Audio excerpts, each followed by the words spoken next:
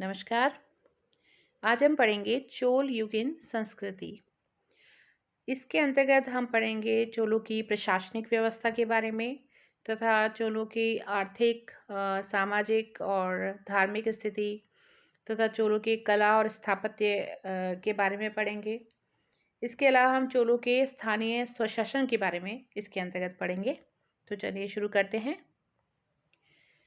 चोलों के अधीन दक्षिण भारत का सर्वांगीण विकास हुआ और जो चोलों की सबसे बड़ी देन जो है वो प्रशासन में स्थानीय तत्वों को महत्वपूर्ण स्थान प्रदान करना था। ये युग एक सामाजिक सुव्यवस्था और आर्थिक प्रगति, धार्मिक सहिष्णुता, साहित्यिक प्रगति और कलात्मक विकास का युग था। चोलों की प्रशासनिक व्यवस्था के अंतर्गत केंद्रीय प्रशासन का जो सर्वोच्च अधिकारी होता था वो राजा होता था। जो उसके अधिकार थे वो असीम थे। राजपद वंशानुगत था। युवराज को प्रशासन में महत्वपूर्ण स्थान प्राप्त था। राजा मंत्रियों और पदाधिकारियों की सहायता से शासन चलाता था। सरकारी पदाधिकारी जो होते थे उनको वेतन के बदले में भूमि अनुदान में दी जाती थी और न्याय व्यवस्था का सर्वोच्च अधिकारी राजा ही होता था। शासन का स्वरूप राजतंत्रात्मक था। समाज में सरकारी अधिकारियों का एक अलग वर्ग था। उसकी दो श्रेणियां थी, ऊपरी श्रेणी और निम्न स्तर श्रेणी। जो ऊपरी श्रेणी थी उसको पेरंदनम कहते थे और जो निम्न श्रेणी थी उसको शैरुंतरम कहते थे। सरकारी पद वंशानुगत होते थे। राजा के उच्च अधिकारियों यानी मंत्रियों को उड़न कुट्टम कहा जाता था। ये कई बार कंपटीशन में एग्जाम्स में पूछा गया है। चोलों ने एक विशाल सुसंगठित और एक स्थायी सेना की भी व्यवस्था की थी। उनकी सेना में हस्ती दल, अश्वारोही, पैदल सैनिकों की टुकड़ियां थी। उनके पास एक विशाल जलबेड़ा भी था। सैनिकों को कड़गम या पडेविडु अर्थात शिविरों में रखा जाता था।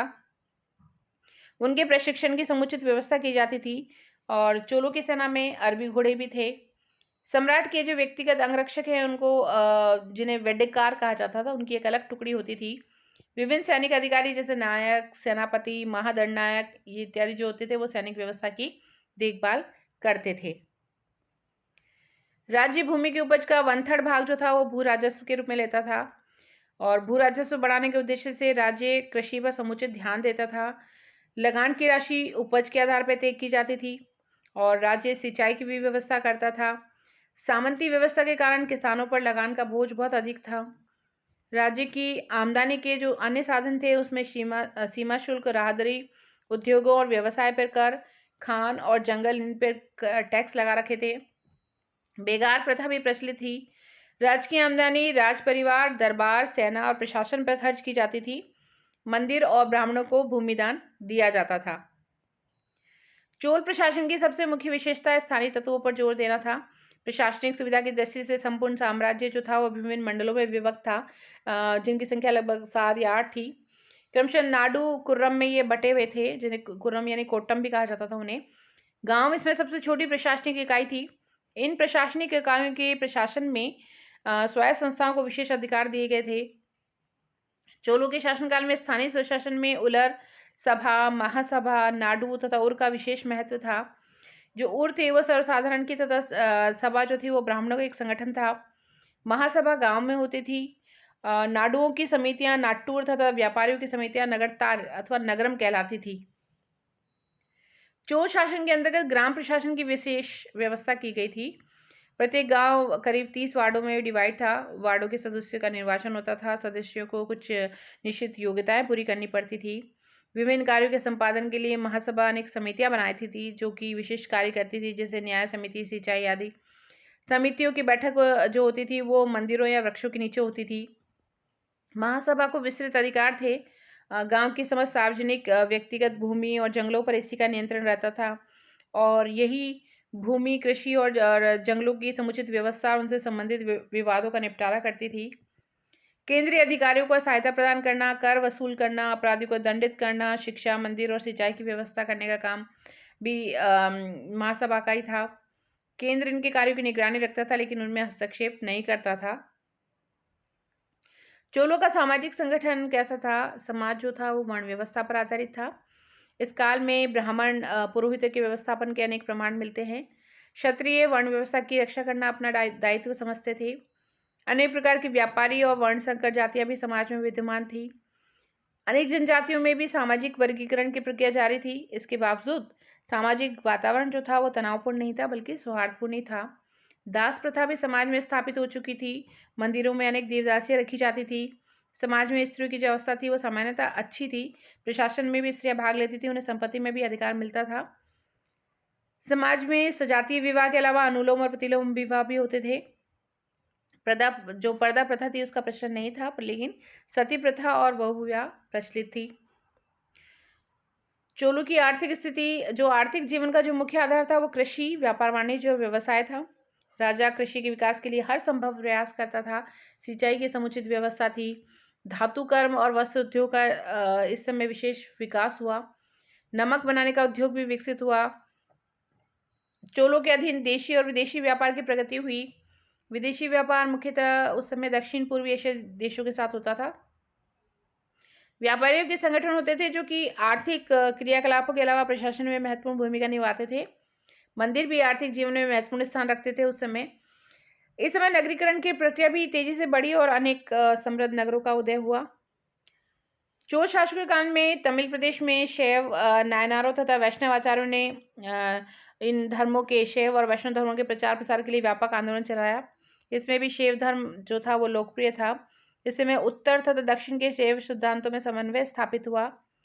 चोल वंश के शासकों ने अनेक शिव मंदिर बनवाए, जैसे राजराज प्रथम ने शिवपाद शेखर की उपाधि ग्रहण की और तंजौर में राजराजेश्वर नाम से शिव मंदिर बनवाया। राजेंद्र चोल और कुलोत्तुंग प्रथम के समय शैव धर्म दक्षिण भारत में सर्वाधिक लोकप्रिय हुआ। चोल शासकों के कारण प्रजा ने भी शैव धर्म ग्रहण किया। शैव धर्म के साथ साथ चोलकालीन समाज में वैष्णव धर्म का प्रचार हुआ। इस समय वैष्णव आलवारों का स्थान आचार्यों ने ले लिया था।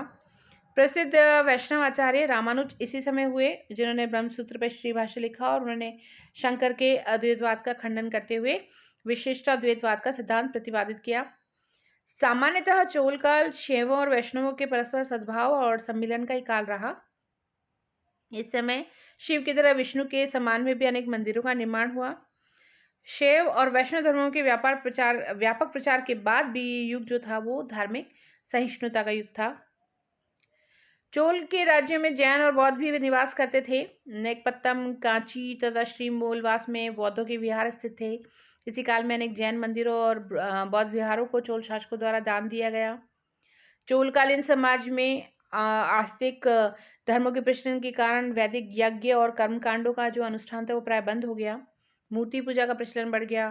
पौराणिक धर्मों के साथ साथ इस समय तांत्रिक, शाक्त, कापालिक आदि संप्रदाय के अनुयायी भी समाज में विद्यमान थे। तो इस प्रकार चोल काल में शैव और वैष्णव धर्मों का पुनरुत्थान हुआ तथा नास्तिक संप्रदायों का प्रभाव जो था वो क्रमशः समाप्त हुआ और अधिकांश जो चोल नरेश थे वो धर्म सहिष्णु थे, जिससे अन्य धर्म भी इस राज्य में फलते फूलते रहे। चोलकालीन शिक्षा और साहित्य। चोल शासकों ने शिक्षा की समुचित व्यवस्था की। मंदिर और ग्राम महासभाएं शिक्षा की व्यवस्था करती थी। विद्यार्थियों को निःशुल्क शिक्षा दी जाती थी। इस समय संस्कृत और तमिल भाषा तथा साहित्य की प्रगति हुई।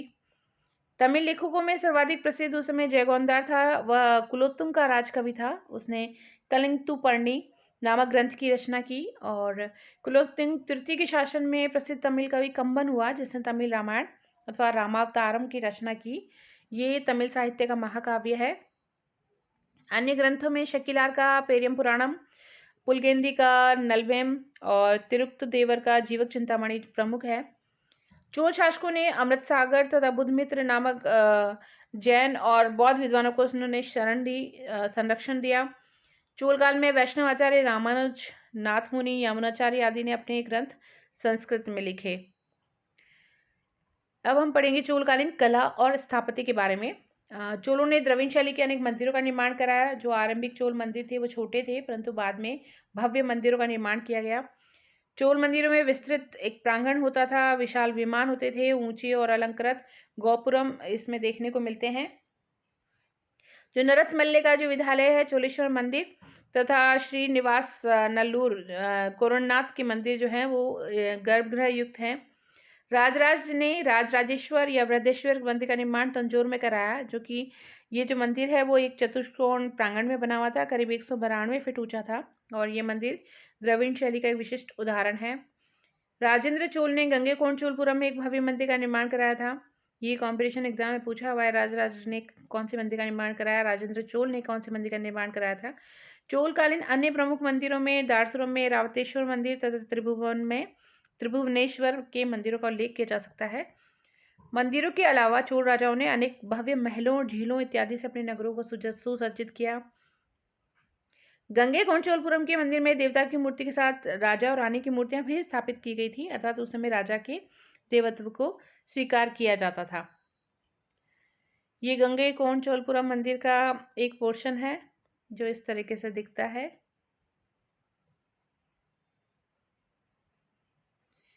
लेफ्ट साइड में तंजौर का वृद्धेश्वर मंदिर और दार्शुरम का रावतेश्वर मंदिर।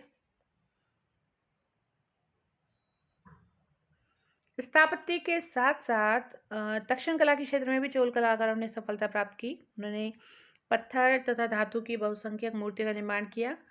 चोल शासक जो थे वो शैव मतावलंबी थे, अतः इस काल में शैव मूर्ति का निर्माण ही अधिक हुआ। सर्वाधिक जो सुंदर मूर्तियां बनी वो नटराज शिव की कांस्य मूर्ति है, जो बहुत बड़ी संख्या में मिली है। इसके अलावा अर्धनारीश्वर शिव, ब्रह्मा, विष्णु, लक्ष्मी, कृष्ण आदि की मूर्तियां भी मिली हैं जो कि बहुत सुंदर हैं।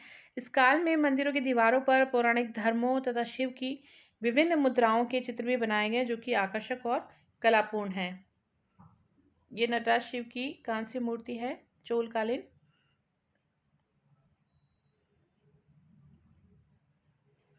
अब हम पढ़ेंगे चोलों के स्थानीय स्वशासन के बारे में।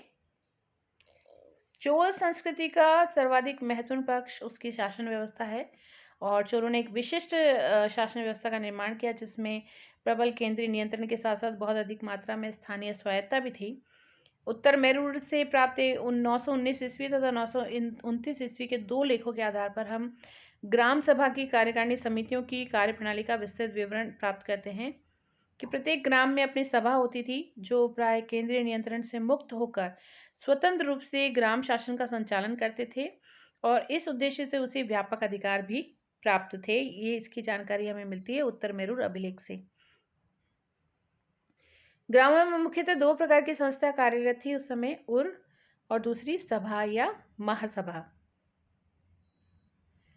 उर जो होती थी वो सामान्य मनुष्यों की संस्था थी और उर की कार्य समिति को आलूगणम यानी शासकगण अथवा गणम कहा जाता था और जो सभा या महासभा जो होती थी वो अग्रहार कहे जाने वाले ब्राह्मणों और गांवों के वयस्क सदस्यों की सभा थी। अग्रहार गांव में ब्राह्मण लोग निवास करते थे और वहां की अधिकांश भूमि जो होती थी वो लगान मुक्त होती थी तथा इन्हें बहुत स्वायत्ता मिली हुई थी, फ्रीडम मिली हुई थी। सभा मुख्यतः अपनी समितियों के माध्यम से ही कार्य करती थी, जिसे इन समितियों को वरीयम कहा जाता था। सभा द्वारा किसी कार्य विशेष के लिए नियुक्त व्यक्तियों को वॉरियर कहा जाता था और कभी कभी ये दोनों ही संस्थाएं, कौन सी, उर और सभा या महासभा, एक ही गांव में कार्य करते थे। ग्राम सभा की बैठकें प्राय मंदिरों और मंडपों में होती थी। बैठक के लिए निर्धारित स्थान को ब्रह्म स्थान कहा जाता था। कभी कभी गांव के बाहर वृक्षों के नीचे या किसी तालाब के तट पर भी ग्राम सभा की बैठकें होती थी। प्रत्येक सभा अथवा महासभा के अंतर्गत कई समितियां होती थी जिन्हें वार्यम कहा जाता था और ये समितियां अलग अलग विभागों का काम देखती थी। कुछ जो प्रमुख समितियां थी वो इस तरीके से थी: दान समिति, उपवन समिति, सिंचाई समिति, कृषि समिति, शिक्षा समिति, भूमि प्रबंध समिति, मंदिरों की देखरेख करने वाली समिति, लेखा जोखा समिति, मार्गों और सड़कों की देखरेख करने वाली समिति। इस तरीके से बहुत सारी समितियां थी। ग्रामीण समिति के संचालन, सदस्यों का चुनाव और निष्कासन आदि की जानकारी जो हमें मिलती है वो उत्तर मेरुड़ से प्राप्त परांतक प्रथमकालीन 2 अभिलेखों 919 ईस्वी और 921 ईस्वी से ज्ञात होता है। इन सभाओं के प्रतिनिधियों का जो चुनाव है वो हर साल किया जाता था, प्रत्येक वर्ष किया जाता था और इसके अंतर्गत जो वार्ड है वो 1/3 सदस्य प्रत्येक वर्ष बदल दिए जाते थे, जबकि जो सदस्य का कार्यकाल है वो 3 वर्ष के लिए होता था। प्रत्येक गांव को 30 वार्डों में बांट दिया जाता था और चुनाव लड़ने के लिए योग्यताएं निर्धारित की थी, जिसमें जो योग्यताएं थी वो इस तरीके से थी कि वो उस गांव का निवासी हो जहां से वो चुनाव लड़ रहा हो, उसकी उम्र 35 से 70 के बीच हो तथा वो शिक्षित भी हो और वो 1/4 वेल या था 1.5 एकड़ भूमि का मालिक हो, जिसके पास निजी आवास हो, वही समिति के सदस्य निर्वाचित हो सकते थे। वह वैदिक मंत्रों का ज्ञाता हो तथा अपराधी, चरित्रहीन, समिति की आय व्यय में घोटाला करने वाला तथा शूद्र के संपर्क से दूषित हुआ व्यक्ति समिति का सदस्य नहीं बन सकता था। प्रत्येक वार्ड से एक एक व्यक्ति का चुनाव लॉटरी निकालकर किया जाता था। इस प्रकार कुल 30 व्यक्ति चुने जाते थे, जिन्हें विभिन्न समितियों में रखा जाता था। ऐसी व्यवस्था थी कि केवल वह व्यक्ति जो पिछले 3 वर्षों से किसी समिति का सदस्य नहीं रहा है, वही नया सदस्य चुना जाए। इस प्रकार प्रत्येक गांव वासी को समिति का सदस्य बनने का अवसर मिल जाता था। इन विभिन्न समितियों के अतिरिक्त एक सामान्य समिति भी होती थी, सामान्य, जिसको संवत्सर वार्यम कहा जाता था। इसका कार्य सभी समितियों के कार्यों की देखरेख करना होता था। महासभा को पेरुगुरी, इसके सदस्य को पेरुमक्कल तथा समिति के सदस्य को वार्य पेरुमक्कल कहा जाता था। ग्राम सभा को राज्य के प्राय सभी अधिकार मिले हुए थे। उसके पास सामूहिक संपत्ति को बेचने अथवा बंधक रखने का अधिकार था। ग्रामवासियों के आपसी झगड़ों का फैसला करके वो न्यायिक कार्य करती थी। ग्राम सभा के पास बैंक भी होते थे और वह धन, भूमि तथा धान्य के रूप में जमा राशि प्राप्त करती थी तथा फिर ब्याज पर उन्हें वापस लौटा देती थी। ग्राम सभा को ग्रामवासियों पर कर लगाने, वसूलने और बिगाड़ लेने का भी अधिकार था। ये ग्राम सभा सिंचाई, पेयजल, सड़क, यातायात, मंदिर, शिक्षण संस्थान, दान गृह आदि का प्रबंधन भी संभाले हुए थी। ग्रामवासियों के स्वास्थ्य, जीवन रक्षा करना, ये सारी ड्यूटीज भी ग्राम सभा की थी। केंद्र सरकार को वार्षिक कर देना उसकी प्रमुख जिम्मेदारी थी। जब तक ग्राम सभा अपने कर्तव्य का पालन करती रहती थी, राज्य उसके शासन में हस्तक्षेप नहीं करता था। सामान्यतः ग्राम सभा व केंद्र सरकार के बीच जो संबंध थे वो सौहार्दपूर्ण थे। ग्राम सभा के अतिरिक्त ग्राम में कई समुदाय और निगम होते थे जो सामाजिक, धार्मिक और आर्थिक प्रकृति के थे। इन समुदायों पर भी ग्राम सभा का नियंत्रण होता था। चोलों का प्रत्येक ग्राम एक लघु गणतंत्र था, जिसे अपने कार्यों में स्वायत्ता मिली हुई थी और यह स्वायत्ता इतनी अधिक थी कि उच्च स्तर पर होने वाले प्रशासनिक और राजनीतिक परिवर्तन भी इसे प्रभावित नहीं कर सकते थे। तो इस प्रकार से प्रत्येक ग्राम जो था वो चोलकालीन वो राजनीतिक और आर्थिक दृष्टि से आत्मनिर्भर था। तो आज हमने पढ़ा चोलों की प्रशासनिक व्यवस्था के बारे में, चोलों के स्थानीय स्वशासन के बारे में तथा चोलकालीन आर्थिक, सामाजिक, धार्मिक स्थिति और चोलों के कला और स्थापत्य के बारे में। तो आज के लिए इतना ही। Thank you.